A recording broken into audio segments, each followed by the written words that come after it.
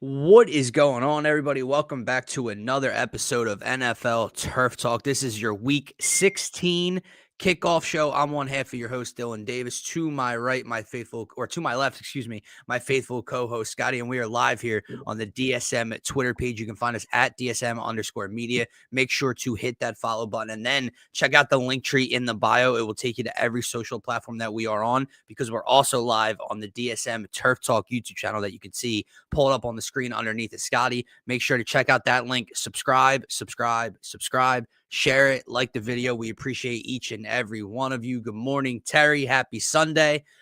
Christmas is finally upon us, brother. But we had a crazy Thursday night football matchup to break down and get into as the Seahawks come from behind and beat the Rams in OT 38-37. Matthew Stafford was out of this world and found a way to lose. Sam Darnold turned the ball over twice and found a way to win. We're going to kick off the show by talking about that, and then we're going to get into the full slate of games, seeding, playoff implications, all of that stuff. But happy Sunday, and what is going on? Happy Sunday, my brother. I'm feeling good going into the rest of NFL Week 16. You mentioned we had a banger on Thursday. Obviously, two wide receivers, two of the best wide receivers in the NFL as well in that game, and Puka and JSN. And, JSN got off to a slow start. He came through in the second half, OT, definitely came through with that game-winning touchdown. And, it was impressive for the Seahawks, but also like, wow, how do you lose if you're the Rams and the type of game, like you mentioned, that Matthew Stafford had and the lead that they had as well, once again. But no, happy NFL Week 16, man. We're almost to the playoffs. Things are really starting to take form. Teams are starting to be eliminated. Who's on your mind, bud? Who comes across your mind like that? It wasn't the prettiest game yesterday, especially that first half. Don't get me twisted, man. But winning the division for the second year in a row as an Eagles fan, I'm feeling pretty good. And it felt really good to look at the standings on ESPN today and see that E next to the Dallas Cowboys.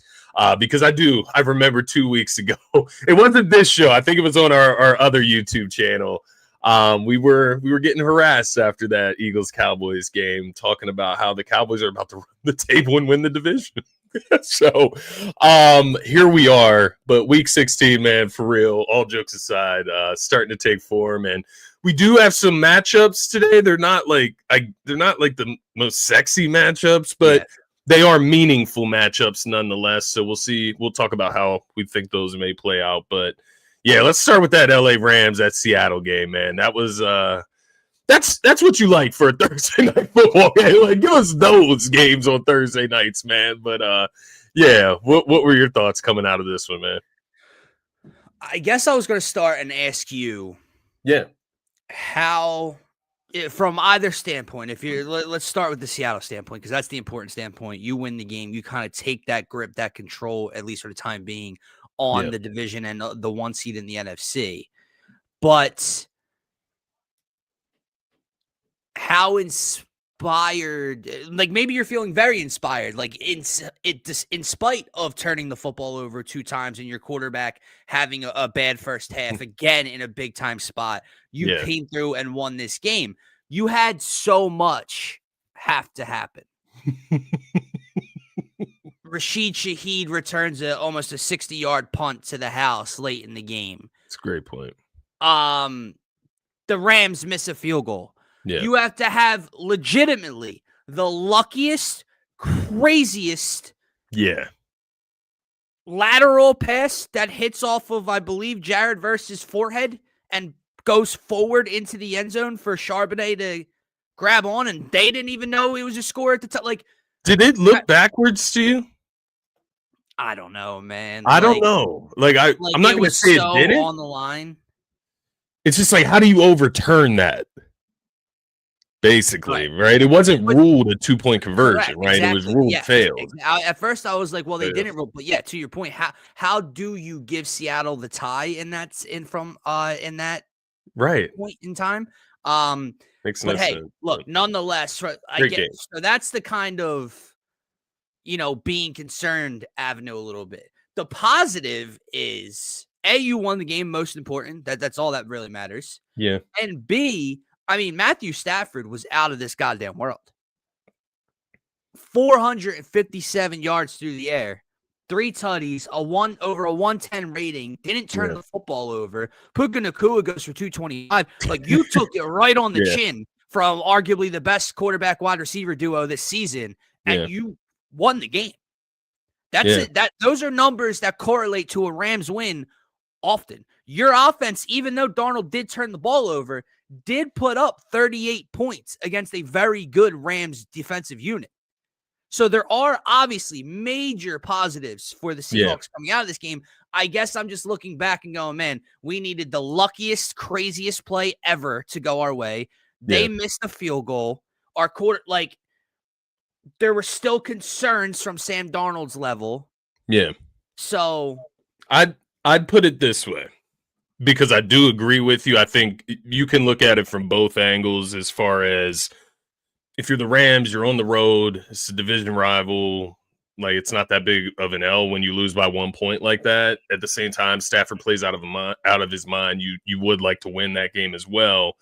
I think from Seattle's standpoint, their perspective, from a Seattle fan standpoint, I would be very confident in my team moving forward. To your point, you just got that MVP level performance out of Stafford, out of Puka Nacua, and you survived it. You were able to get through. Sam Darnold did have his moments of meltdown where he throws these errant interceptions, right?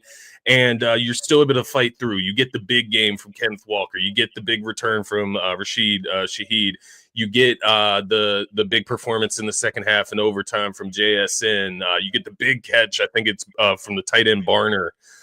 So they were able to make plays in this game. They got their home crowd. Now they move to the 1 seed. They're number one in the division. Yes. Am I right? Is that right? Okay, just making sure there. I didn't double check that this morning. I thought so. But nonetheless, they're in a great spot. They control their own destiny. And I think the biggest thing would be if they were just, kind of this, if they were at like 8 or 9, 7, 8, 9 wins now, and maybe they get this squeak by type of win, it wouldn't be that big a deal. But I think the fact that they are moving themselves into the number 1 seed in the NFC, the defense, I don't know, that's the one side where I say it goes back and forth with the defense, because they have a top 5 unit statistically. Mm-hmm. But they just got obliterated. Sure. So it's like, or do you just expect them to be better though, right? They'll be better next time. Like, they won't be that bad. You won't give up 500 yards to Matthew Stafford twice, right? I think the problem there though is, like, playing devil's advocate, is it's going to swing both ways. Like, correct. Like, you would assume your defense is going to play better, but then I'm going to say, well, the Rams aren't going to give up a 60-yard punt return in the fourth quarter. That's fair. And that ball isn't going to bounce off of Jared Verse's head and fall into, like, all that stuff. Yeah. The Rams didn't have Devontae Adams. Yeah. Great point. Yeah. So humongous with, like, we knew Adams wasn't playing before this game. Like, I'm not like breaking news here that, the Seahawks or the Rams were surprised by his absence, but if you are Seattle, humongous win. That's all you care about. That's all you take. You are in sole possession of the 1 seed with 2 games remaining after this for them. You control your own destiny. That's fantastic. You just had a lot have to go your way to win a 1-point overtime game. And I think I keep coming back to the biggest question mark being, what did this do for Sam Darnold? Because I saw it posed on ESPN on Get Up, I believe, Friday morning, and basically the question was, did this game silence Sam Darnold's critics? And I forget who it was, but they basically said, no, but it might have silenced the critics in his head. That, they won the game, they got over the hump. He did make big time throws down the stretch in this game. He threw so. That's something they can take forward, because he hasn't had that moment. He was on a 13 win Minnesota Viking team a year ago, got to the biggest moment, shit his pants. And the bigger moments this year, shit his pants. The first half of this game, shit his pants. They came all the way back, and he was a big part of it. So that is a huge step forward, That's at very least for fair. them. It's very fair. I think at the end of the day, great win for Seattle. You definitely want to win that game. So yeah, I think to your point, not to downplay it too much. Great win. LA Rams, certainly we expect them to bounce back. Of course, it's not a let me ask that. Is that a horrible loss for the LA Rams? I was about to say it's not, but then I remember they had a humongous lead in this game, a 2-possession lead in this game. You do have the MVP performance from Staff. Like, is this a horror? It kind of is. Like, you're now second in the division, right? You lose home field advantage now. Yeah. Like, You're a wild card. it is a horrible loss. I was about to say something really ridiculous. It is a horrible loss. It's a horrible loss at the end of the day, but I think it is acceptable, right? Like, weirdly, it was a very good matchup. The Seattle team, you did not have Devontae Adams. Things didn't go. So it's like, but to your point, like it was very Eagles, Cowboy-ish, Patriots, Bills-ish, to where it's a great game. You went in expecting it to be tough, knowing that this could be a loss. If you're the Rams, you're on the road on a short week, right? Windy, rainy. So all those elements go into it. Yeah. The problem is you built a nice lead for yourself, and it wasn't enough. It's like the Rams against the Eagles earlier in the year. You did everything right for 2.5 quarters, and it wasn't enough. So that is something the Rams have to think about as well. They have cracks in the armor, just like every other team. I think that's, one of my bigger takeaways, and I think that's been clear throughout this season. I think there's teams that have played better than others, throughout this season, of course, but every single team, including Denver, who's won 10, 11 games in a row or something right now. Yeah. They all have cracks in the armor. They all have deficiencies that can be exploited. It's just a matter of who has their day on that said day. But no, great win for the Seattle Seahawks, man. What about yesterday? Any significant takeaways? I know we briefly discussed the Eagles Commanders. We'll probably talk about that more on Faithful tomorrow, but Eagles win the division, second straight season, the first time in quite a while from what I was reading. Yeah, very big for us, obviously. Shout out. Like you said, we'll talk about it tomorrow on Faithful. But huge for the Birds to go out and take care of business there. They still are very alive for the 2 seed, right? With Chicago. Well, it's not Chicago, or it is Chicago slightly ahead of them at this point by a game. Again, Chicago did beat us, so I don't know, again, what that tiebreaker is. If we're both 11-5 after next week, is it head-to-head and we're down in the 3 slot still and still need week 18? Or is it something within divisions, common opponents? I truly, I'm going to research this after the show, because every show we come on and the NFL, whenever I think it's one way in the NFL, I see on social media that the clinching is a different way. So I don't know, but very big for the Eagles. They're still alive for the 2 seed. That's huge. Bears Packers though, man. Speaking of that Bears team, speaking of a come from behind loss, what were they down 10 or 8, or what were they down in the fourth late in this game? I cannot remember. I know Jordan Love, he got concussed in this game at a certain point, and they were up. Yeah, double check that. I was actually looking up the tiebreaker between the Eagles and the Bears. If the Bears, so when Green Bay scored, it put them up 13-3. Chicago responded with a field goal, 13-6. Green Bay kicked a field goal, 16-6, with 5:49 remaining in the game. And then Chicago went on with 10 unanswered points, scored in the final minute and 40 seconds to tie it. And then obviously the big time throw and catch to DJ Moore in the end zone to seal it in OT.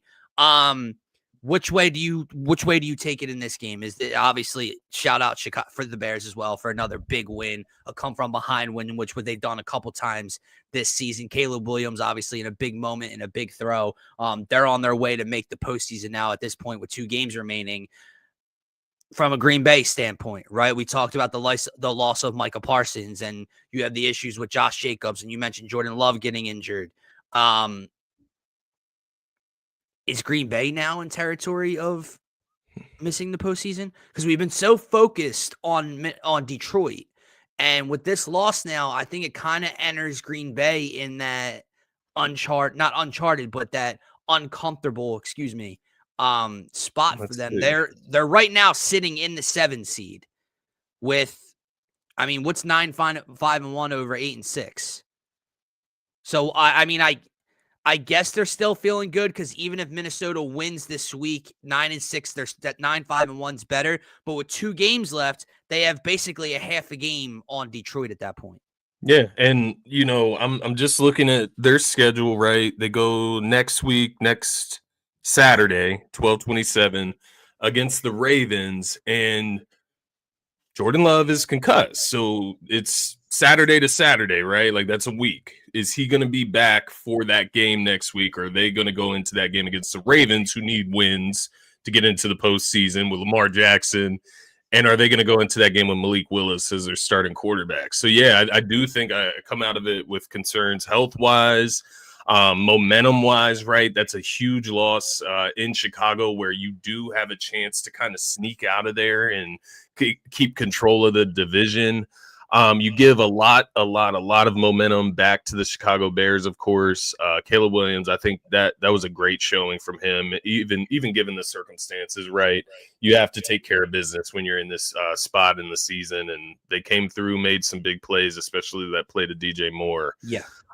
So yeah, I think it is a bigger spot for Chicago. I look at Chicago, man. I don't know. I guess that's my best way to describe them, and maybe that's a good thing for the Chicago Bears. Like I really don't know what you're gonna get. Their defense gets a lot of turnovers. They can give up points though. They give up yards, right? The offense, Caleb can come out and throw for 300, 3 TDs. He can come out and throw for 120 and two INTs, right? They can run for 200 yards between their 2 running backs one game, and then the next game they're, throwing the ball. So they have Ben Johnson. They have a defense that, does get a lot of turnovers. Who knows what they can do in the postseason, man, especially if they get some decent home field advantage. I don't know. I think that's my best way to describe my feeling about the Chicago Bears.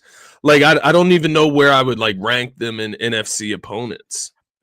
So you had asked me probably a week or 2 ago, as an Eagles fan specifically. Yeah. Like who in this picture, like who do you want? Like who would be the quote unquote easiest grab, right? Easiest matchup. Mm-hmm. And I said Chicago at the time. I said run that back, like run back. Caleb Williams, especially if they, right now they're can win the division, but at the time I was looking at them as a wild card potentially. And you'd get them at the link. So we'd have to see how things play out now. Yeah. But I don't know, man. Like to your point, it would have to be Tampa. Like to answer that question now, like if I had to tell you who would I want, I guess Tampa, but the history between the Eagles and Tampa Bay in the postseason, Baker and all those weapons, Todd Bowles. Let me ask you defense, I don't know. Baker and Caleb Williams. Would you say like you definitely would rather play Caleb Williams? And I guess the thing with Caleb Williams now, though, is like it's not just Caleb Williams. It's Ben Johnson, too. Right. The play calling, the scheme, the design. They do have some nice-ass plays that they're running over there, man. It's honestly annoying as hell to watch as an Eagles fan. But it's interesting thinking about that. Because, obviously in my head, I'm thinking Baker over Caleb. Like, just playoff experience, big moment experience. To your point, Tampa Bay probably does. They have the better weapons. Yeah, right? I would still give it to, even an aging Mike Evans and Chris Godwin, but Egbuka and everything else Baker's done with that receiving core, Bucky Irving and the multiple running backs they throw out. Yeah. And like I mentioned, man, like don't get me wrong, that Bears defense can be good. It can be very stingy, but we've seen what Todd Bowles can throw at you in a win or go home situation and kind of confuse you and get you off your mark and where you want to be as an offense and a quarterback. So yeah, I would take the inexperience. I would take the inexperience of the first-time head coach in that moment, the quarterback being in this spot, even the receivers, right? DJ Moore, Rome Odunze, Loveland, like what big games, what playoff moments have they experienced at this level, right? So they don't have that. So that's why I would still I guess Chicago's still right there as well. It's so interesting, man, because like as you're talking through that, I'm sitting here thinking, like, yeah, I think if we started the playoffs today and the Bears and the Packers run it back, I would probably pick the Packers, and that's kind of crazy after they just played in Chicago yesterday, right? But I just imagine Jordan Love will be back, healthy Jordan Love. I just think the Packers are a better team, but once again, it's just the unknown with Chicago. I don't know if that's a good or a bad thing. I agree. Could be a good Terry, thing. appreciate you. Says team with the same record and played each other in the regular season, which obviously we mentioned the Eagles did lose on Black Friday, Chicago. It goes head to head, so we would be behind there. If they didn't play each other, it goes to win-lose percentage within the division. Okay, that makes sense. That's something that I would put forth if I was in charge of running the league. Makes sense. But sucks obviously. So now the Eagles have to find a way. If they do want to be the 2 seed, we play. We play the Bills at 4:00 next week, and I believe the Bears either play Sunday night or Monday night. Let me just test this out for this theory out for you, Scotty. They play Sunday night in San Francisco. So they're making us play before them. Yeah. So if the Eagles can go on the road and get a humongous win against Josh Allen and the Bills, we need all San eyes Fran. go to San Francisco Sunday night. Would match up the Eagles and the Bears going into week 18. And then if I remember correctly, we're at home against Washington and the Bears get the Lions, who could still be fighting for a chance to get into the playoffs as well. Look, just while we have San Fran on the mind there, Terry's in the comments as well. They got a big matchup on Monday night. I don't think we have to spend like a ton of time on that game. No. That's why I bring it up now. But playing the Colts, you got Phillip Rivers, whatever. They need to win this game. San Fran, weirdly enough, in the NFC West, with Seattle winning that game against LA, San Fran controls their own destiny. They could end up as the fucking 1 seed in the NFC if they ultimately win out this the rest of this season. You mentioned they play Chicago next week. They play Indy this week. They play Seattle to finish the season, which would ultimately be for the division if both those teams are able to win their next consecutive games, of course. So, yeah, it is interesting, Terry. We may end up rooting for San Fran in order to help us alliance here, Terry, after being pretty big enemies for a couple of seasons. Yeah, that sounds. Maybe we'll be enemies in a couple weeks, Terry. Maybe the Niners lock up with the Birds 3 versus 6 in the wild card round, and that could also happen.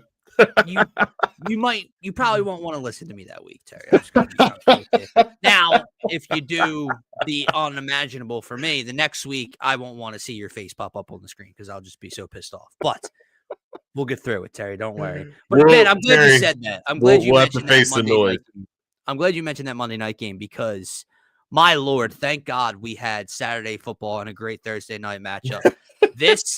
We're in week 16 and it's Christmas time and it's everything matters. This slate stinks.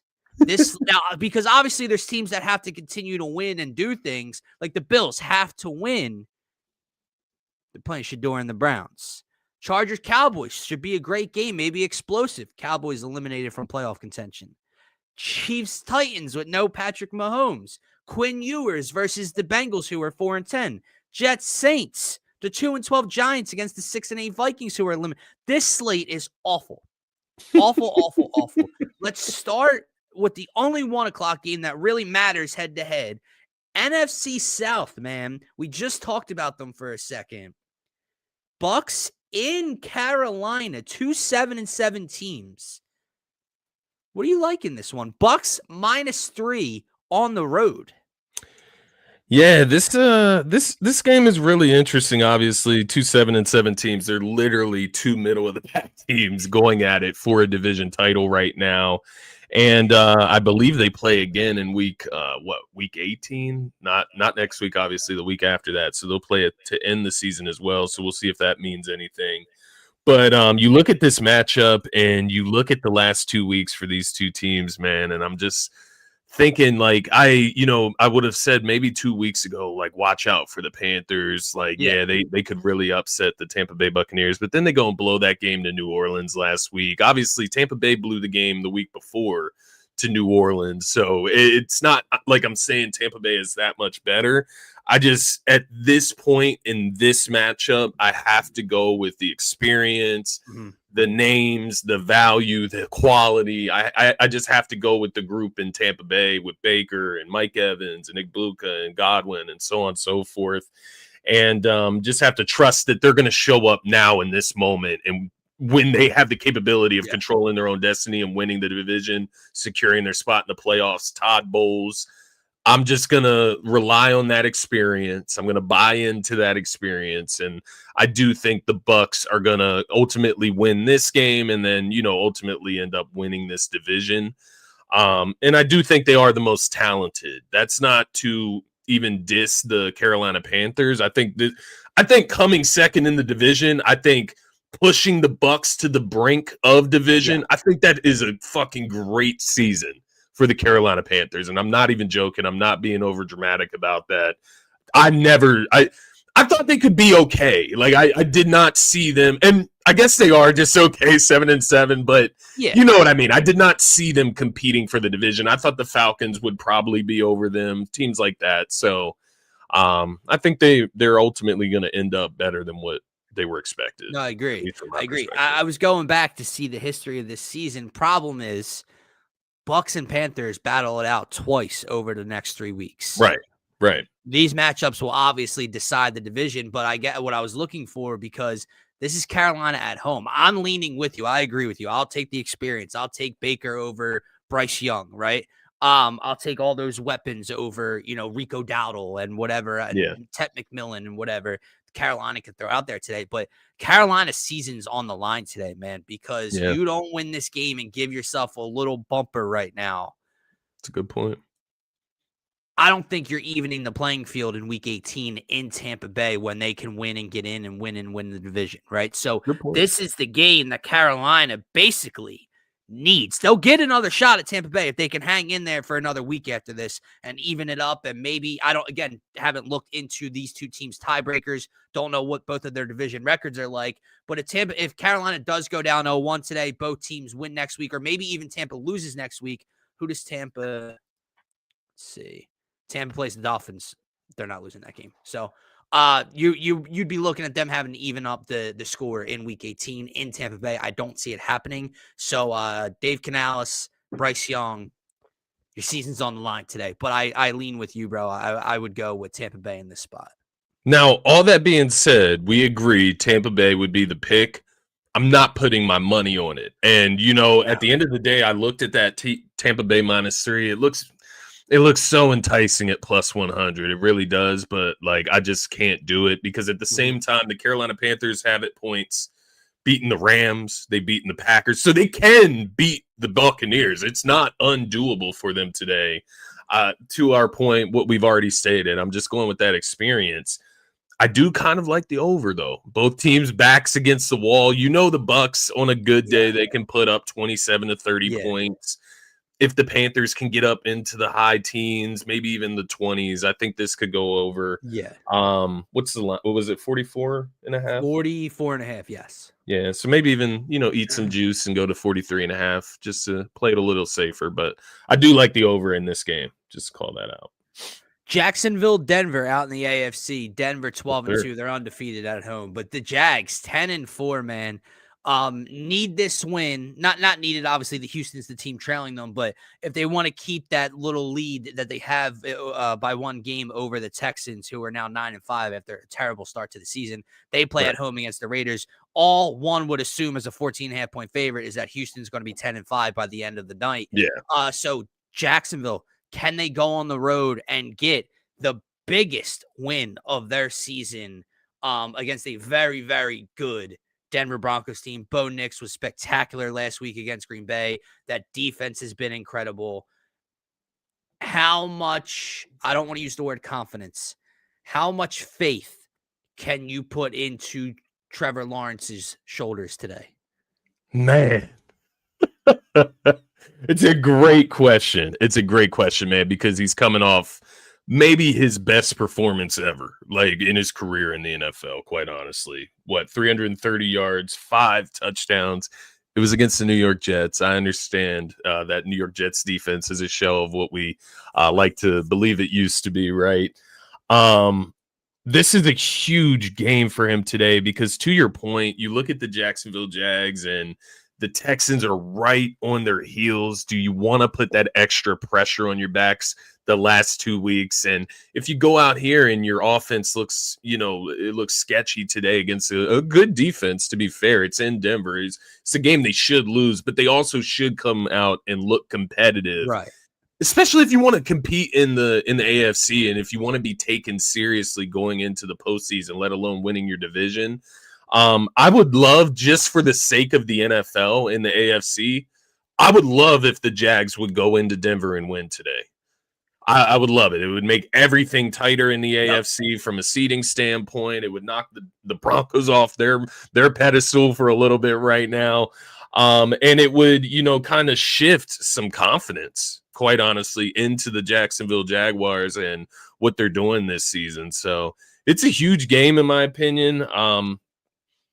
Will they lose the division? I'm not going to go that far because you do the Texans, that division, man. It's funny, right? Like they've got some proving to do over this last few weeks, man. I would say across that division, but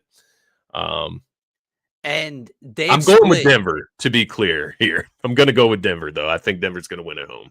So the Jags and Texans have split already 1-1 on the season. So then we'd have to go down and look at the rest of the divisional, by the end of week 18, what they did in division, I believe, to see how that tiebreaker would possibly play out. But I'm just thinking, man, if you are Jacksonville, you kind of are staring down the barrel of being tied at 10-5 with this Houston team with 2 games to go. Now, Houston's schedule is not a cakewalk to end the year. They do play at LA against the Chargers on Saturday, I guess Saturday. I don't know, 12/27. I forget what day that is. And then they get the Colts, but again, it's Phillip Rivers most likely at home to end the year. If you're Houston, for Jacksonville, they get the same Colts team next week in Indianapolis, and then they get the Titans. So Jacksonville, to me, would still have the leg up, but you can never doubt a Trevor Lawrence meltdown in week 18. But I will say, you gave credit where credit is due. Trevor Lawrence is getting a lot of hate simply for being Trevor Lawrence. Yeah. It's a guy that has not quite lived up to the lofty expectations since coming out of Clemson a few years ago. Yeah. He's been good this year. Yes. Yeah. The turnover still, he's got 11 picks. I don't know how many fumbles he has. He's turned the ball over, but he's got his team first in the division, 23 passing touchdowns. I think over 3,000 passing yards on the season. He's been good, man. And so this would obviously be the next big thing for him to accomplish. I do agree with you. I lean Denver. Like, you're not going to you're not going to take away that defense in Mile High. The way Bo Nix is also playing, you're just not going to get me to believe in the other side of things today. So maybe it happens. There's obviously a very good possibility it does happen, but I will stick with Denver in this game. Yeah, there's a world, Jacksonville's defense comes out ferocious. They're able to turn Bo Nix over, whatever the case may be. There's a world where that could happen. I would love to see it happen. It would give me a ton of confidence, a big confidence boost in the Jacksonville Jaguars. But to your point, I think that's very fair. He gets kind of rated against his expectations coming out of Clemson, and he's had a good season, man. To be fair to Trevor Lawrence there, but it's interesting if the Chargers. I think the Chargers can clinch with a win. They can clinch a playoff spot with a win against the Cowboys today. So maybe they wouldn't have to play starters, especially Justin Herbert with that injured hand. Maybe they wouldn't play starters if they went in Dallas today, but we'll see. Oh, good to see you. Haven't talked to you in a while. It's been a minute. Happy Sunday, Marsha. I haven't talked to you. All right, man. 2 or 3 games left before the 1 o'clock slate kicks off, and we'll get out of here. Steelers, Lions, one playoff team, obviously, in Pittsburgh, who's trying to hold on to that division lead. And then you have Detroit sitting in the 8th slot right now, slightly behind Green Bay and San Francisco, trying to get their way into a playoff spot. Obviously, 3 games still remaining for Detroit. They're at home. Let me make sure I'm not missing anything in this game before I open my big mouth. No, I know what you're gonna say, and I do think it's crazy that they're 7.5-point favorites. That's I think fucking that's ridiculous. nuts. That I is think that's nuts. ridiculous. Yeah, they can score. I can almost get the idea. The Lions can score, but man, 7.5-point favorites against No a TJ Watt. I know that. decent playoff team. Like the Steelers have been playing better the last few weeks Yeah. as well, man. I don't know. I do like the Lions at home. I'm not going to go as far to say Yeah, the I Steelers are wouldn't going to take Pittsburgh win, in a pick 'em. but 7.5. Let me say this. That defense deserves no type That's of fair. confidence to be a 7.5-point favorite against another playoff team. That's fair. And like you mentioned, I guess, to be honest, if there was another playoff team out there that can struggle on offense or be boring on offense week to week, it is Pittsburgh. So if there was an offense that could struggle to put up big points, I just don't see that happening, man. That secondary in Detroit is bad right now. DK should have a day. Yeah. Honestly, of the 4:00 spot right now, that would probably be my favorite bet. I mean, About 7.5. yeah, especially because you're sitting the total at 52.5. It might be the highest total of the week. So you're Not worth expecting that. points in this one. What are you and a 7.5? Like honestly, like that at that point, your line would be steeper. Like that, if you're expecting Detroit to roll them, Yeah.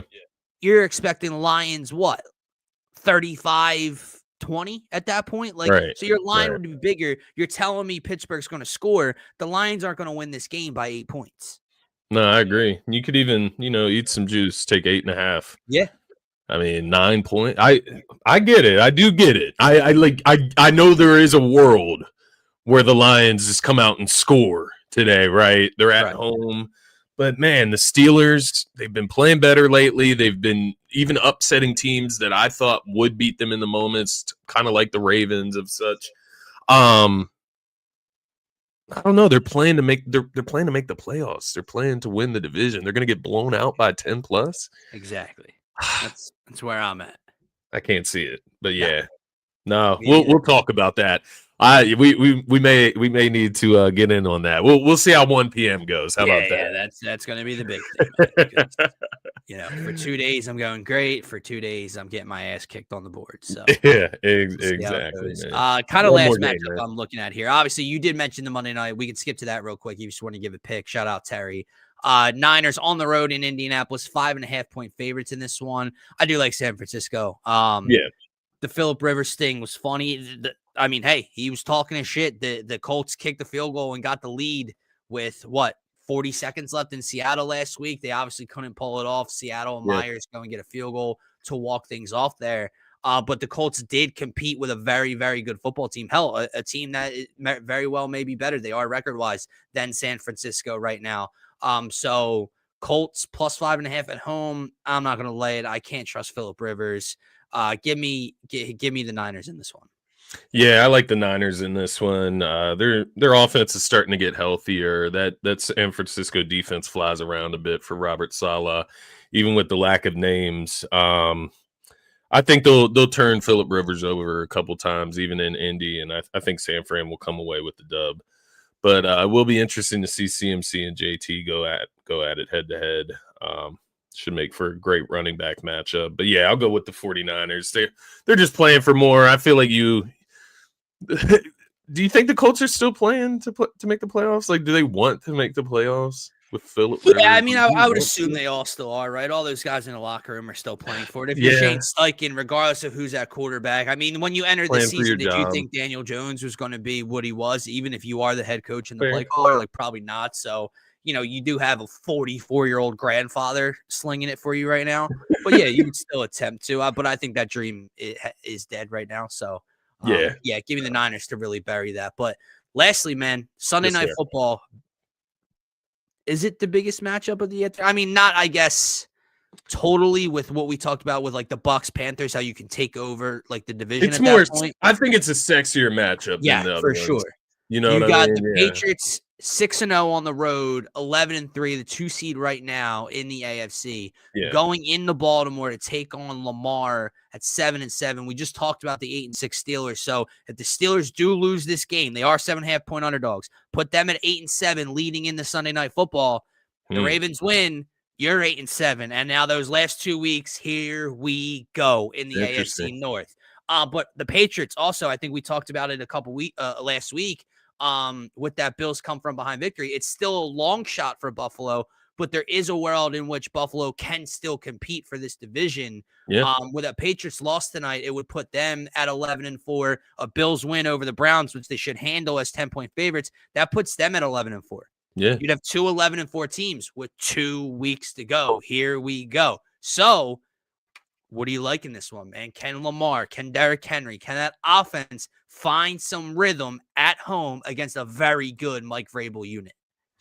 Yeah, this is a huge matchup. As you mentioned, man, both of them need wins to hopefully secure their division, right, or at least win towards it. I think, if you're New England, you lose this game, you just put a ton of pressure on you with the Bills right on your heels. And if you're the Bills, yeah, you're going to go and you're going to try to get up into that higher seed. You're going to try to win your division and win that home field advantage as long as you can throughout the postseason. So you definitely, if you're New England, you need to go out here and win tonight. Baltimore, same thing, obviously. You're chasing the Steelers. You're trying to make the playoffs. You need a win. I just don't think Baltimore's a good football team. I don't think they're good at football this season. I think the proof is in the pudding with them. And so, yeah, in this spot, man, I won't lie to you. I already went ahead. I'm going in with the Patriots today. I laid the +3 is +100. I went ahead and laid it already because I just think the Patriots are a better football team. Yes, the Ravens have Lamar Jackson. They have Derrick Henry. They have the guys on defense, Roquan Smith, right? You got Kyle Hamilton in the secondary. They got the names, but they're not playing good football. No. I think this is a big turning point in the season. It could be, right? Because if the Patriots lose this game, then you start to really have some doubts about them going into the postseason as an 11-win football team, right? Yeah, they're 11 wins. Let's look at that schedule. They have one good win against the Buffalo Bills. Yeah. They have a crumbling loss against the Buffalo Bills at home. So they kind of equal out in that sense, right? And then the rest of the schedule. So this is a big spot. You go into Baltimore. Let's get our confidence back if you're the Patriots and win this football game. I'm speaking as if I'm the Patriots too because I laid that bet. I need them to do it. But I do think they will. And to your point, you brought up Mike Vrabel's defense. That's why. I think Drake May can have a great game. I think Lamar can have a great game tonight at home. Mike Vrabel's defense, that's why I'm going with the New England Patriots on the road tonight to take care of business against the Ravens. But should be a good game. My eyes are on Drake May right now, man. And not in I'm watching you, I don't believe in him type of thing. We talked about it on Thursday's episode. That was the biggest spot that he's been in, right? The most meaningful game he's played in at this level. And he was a big part of getting his team up to a 21-point lead. And he already did beat Buffalo in Buffalo. I'm not taking that away from him. Yeah. But later on the season, playoff implications, you have a chance to pull away 21-0 in Foxborough. You turn the football over. You don't throw a touchdown through the air. I think it was one of his lowest quarterback rating games of the season. What does he look like? Now, this Ravens defense is not, but the Bills defense isn't good either. But this Ravens defense has not been good all year, but you are going on the road. Playoff atmosphere. Ravens need it, fighting for their lives. National television. What's the young kid look like? Does he have stones tonight? Does he come out and shred that unit? What did I say, Travian? What did they run for last week? 260, 265 as a unit? Travion Henderson went for 140, 150. So you had the help from your rushing attack, whatever. Yeah. How does he bounce back tonight? And then across the board as well, right, man? What does Lamar and that offense look like? Because you had the letdown on Thanksgiving against the Cincinnati Bengals. You come out last week and blank them and score 31 or whatever the hell they put up. I can't remember. So what kind of balance do you start to get from them? If I'm Baltimore, as a Derrick Henry fantasy owner this year, it was one of the most frustrating things I've had to consume, I've had to watch, because it just doesn't make a whole lot of sense, especially in the weeks that you were missing Lamar Jackson, right? Yeah. And don't get me wrong, Derrick Henry's been far from perfect this year. But let me just real quick before we wrap up to bring up his game logs. He's had weeks this season with 25 carries, with 24 carries, with 21 carries. He's also had weeks in losses with 12 carries, with 8 carries, with 15 carries, with 10 carries, with 11 carries. Same thing with Saquon when the Eagles do it. I know we want to throw the ball. I don't understand how two guys that ran for 2K last year, basically, because Henry was right around it. I don't understand how you give that guy the ball 10 times in a football game. And in a couple of the losses, like I'm mentioning, it's a one possession game against Detroit back in September. You gave him the ball 12 times. That doesn't add up to me, man. So seeing what Baltimore tries to do tonight against that Patriots defense, the Ravens are 3-point favorites. Yeah. I would take New England plus the 3. Yeah.